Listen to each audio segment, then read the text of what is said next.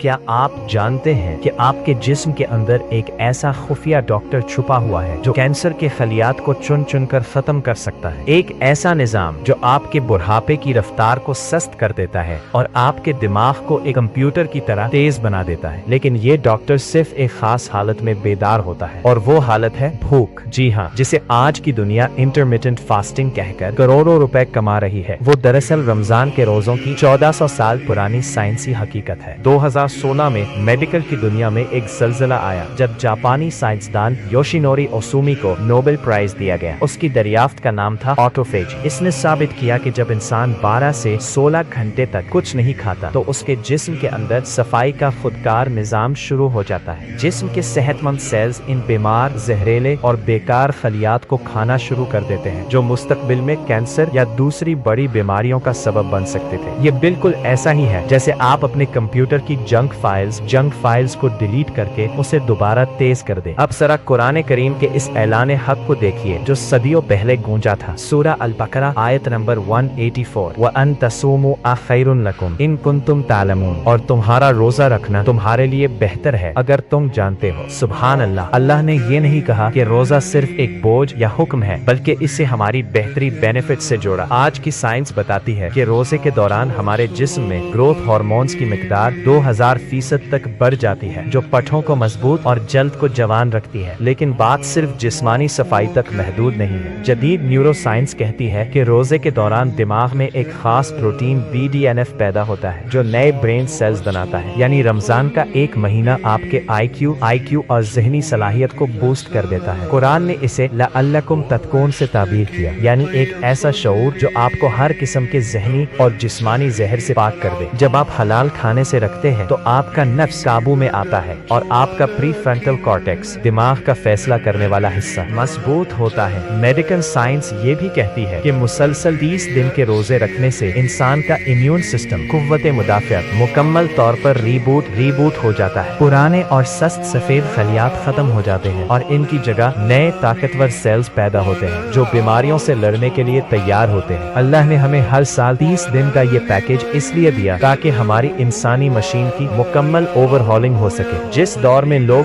بھوک کو صرف کمزوری سمجھتے تھے، قرآن نے اسے خیر یعنی سراسر بھلائی قرار دیا تھا۔ آج مغرب کے بڑے کلینکس میں فاسٹنگ تھراپی دی جا رہی ہے، لیکن ایک مسلمان کے لیے یہ تحفہ خالق کائنات نے صدیوں پہلے بھیج دیا تھا۔ رمضان صرف بھوکا رہنے کا نام نہیں، بلکہ یہ ایک بایولوجیکل اور اسپرچول ریسیٹ بٹن ہے۔ جب آپ سحری اور افطاری کے درمیان بھوک محسوس کریں تو یاد رکھیں کہ اس وقت اللہ آپ کے جسم کی مرمت کر رہا ہے۔ بے شک اللہ کا ہر حکم حکمتوں کا وہ سمندر ہے جس کا کنارہ سائنس کو اب نظر آنا شروع ہوا ہے۔ اگر اس ویڈیو کو دیکھ کے آپ کا ایمان تازہ ہو گیا ہو تو ویڈیو کو لائک کرنے کے ساتھ اسے شیئر بھی کریں، اور ہمارے YouTube چینل کو سبسکرائب کرنے کے ساتھ TikTok ID کو بھی فالو کر لیں۔